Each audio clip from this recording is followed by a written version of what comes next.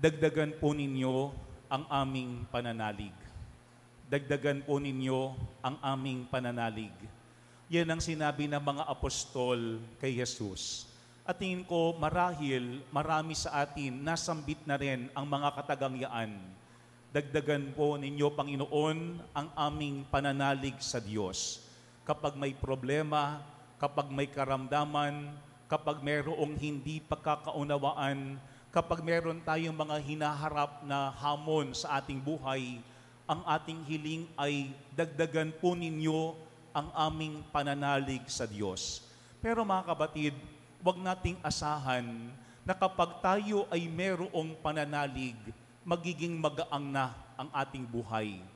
Pero yung pananalig ang magbibigay sa atin ng lakas para ating maharap ng may katapatan, anumang pagsubok meron tayo sa ating buhay. Kasi baka minsan iniisip natin kapag tayo ay merong pananalig, wala ng problema, wala ng karamdaman, wala ng kamatayan, wala ng mga alon o uno sa ating buhay, hindi. Pero ang pinapangako ng ating Panginoong Jesucristo, yung pananalig ang magpapaalaala sa atin na kapag ating hinarap ang lahat ng ito, hindi tayo nag-iisa. Siya'y laging kasama natin para sa atin ay tumuwang.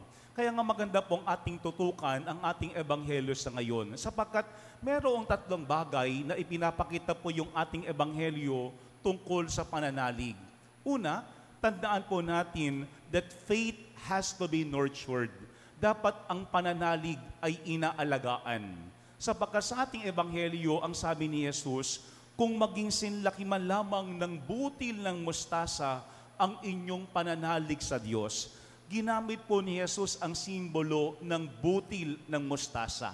Sabi po nila sa mga Hudyo, hindi naman talaga butil ng mustasa ang pinakamaliit na binhi. Pero yan daw ay ekspresyon ng mga Hudyo. Pag sinabi nilang size of the mustard seed, ibig sabihin little, maliit. Pero maganda po yung simbolo ng binhi. Kasi yung binhi, simbolo yan ng potensyal. Ibig sabihin, merong buhay. Ibig sabihin, merong paglago. Ibig sabihin, pwede yaang lumaki, pwede yaang maging halaman, pwede yaang tumubo kung aalagaan. Ganoon din daw yung pananampalataya. No, wag nating isipin na yung pananampalataya agad-agad nandiyadyaan na. Kapag ito'y ating hindi tinututukan, inaalagaan, dinidiligan, ito ay hindi lalago. Pero ang sinasabi din nga nila, hindi pwedeng kapag meron lamang problema, kapag meron ng pagsubok, kapag nandiyadyaan na yung karamdaman, saka lamang tayo mananalig. No, dapat bago pa dumating ang mga bagay na yun, bago pa dumating yung mga uno sa ating buhay, atin nang tinututukan at inaalagaan yung ating pananalig sa Diyos. Kapag dumating ang lahat ng mga pagsubok na ito, meron tayong pwedeng sandalan.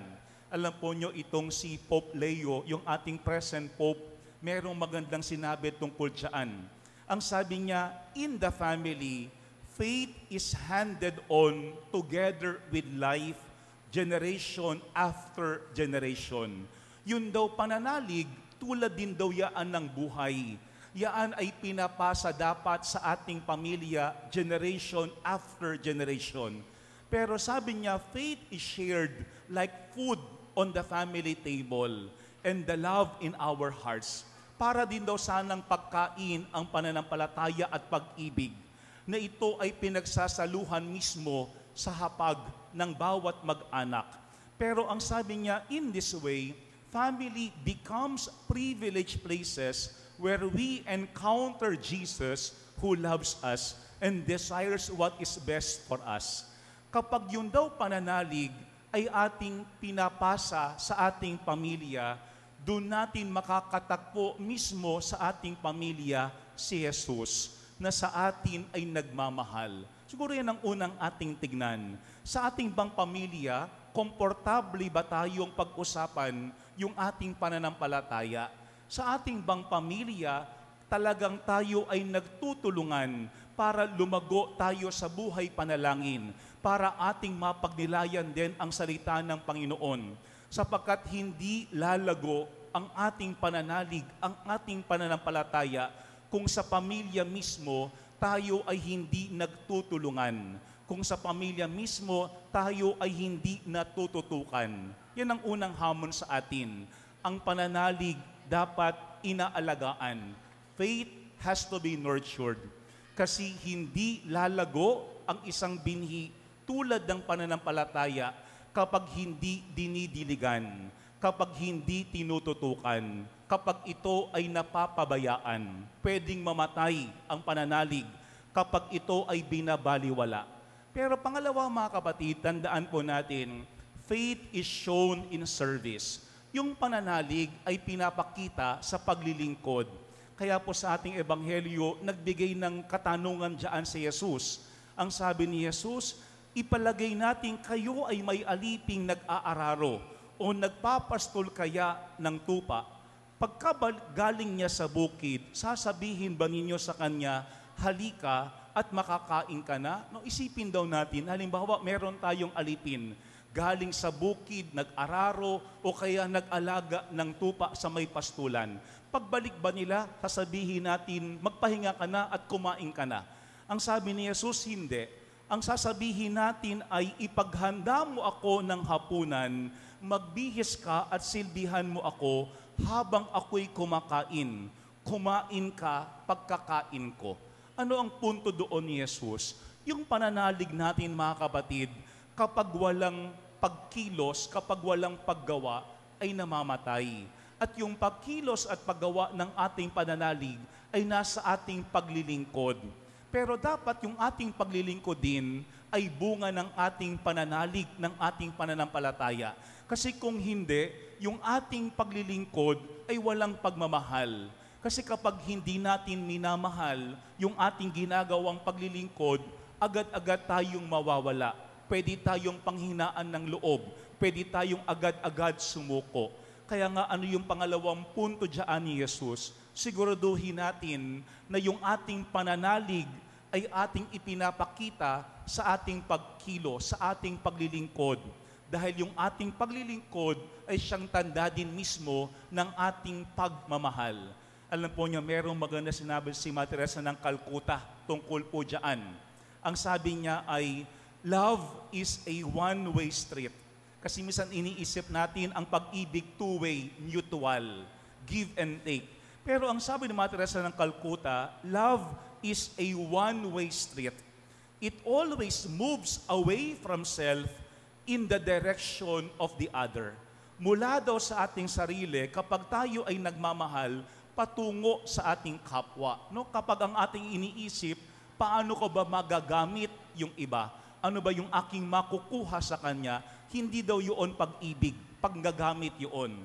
Pero ang sabi niya, love is the ultimate gift of ourselves to others. Yun daw ang pinakamagandang biyaya na meron tayo sa ating kapwa kapag tayo ay nagmamahal. Pero ito yung magandang sinabi niya, when we stop giving, we stop loving. When we stop loving, we stop growing. And unless we grow, we will never attain personal fulfillment. Magandang paalaala po yan.